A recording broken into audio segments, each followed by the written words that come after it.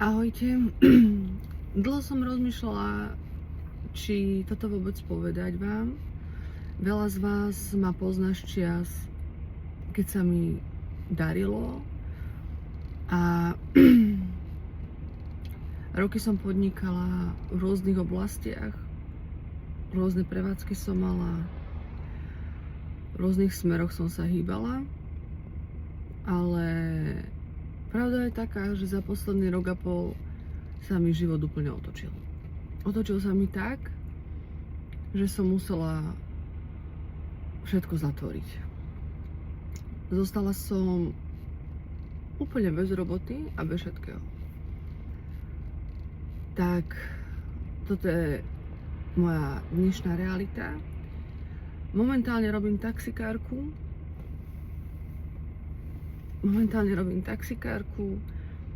a snažím sa postaviť na vlastné nohy opäť a verím, že toto je len dočasný stav a dočasné riešenie a snažím sa maximálne ako sa dá, snažím sa posunúť ďalej a verím, že sa dostanem opäť tam, kde som bola. Bohužiaľ nie je to ľahké obdobie,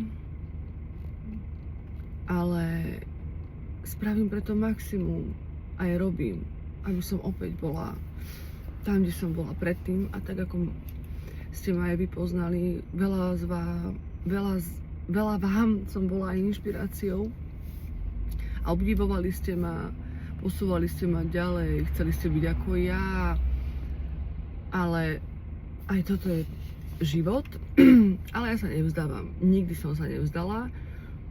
V živote bolo veľa pádov, veľakrát, samozrejme to podnikanie to prináša.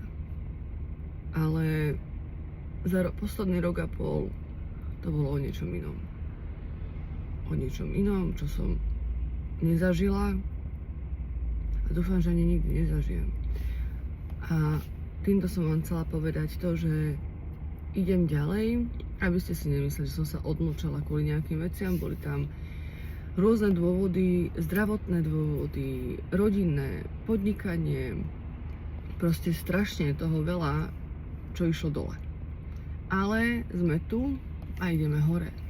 A budem vám tu dávať, aspoň dúfam, že vám sem budem dávať také veci, že ako sa snažím postaviť na tie nohy, čo robím počas dňa, kde som a čo momentálne sa okolo mňa deje. Dúfam a verím, že ma s týmto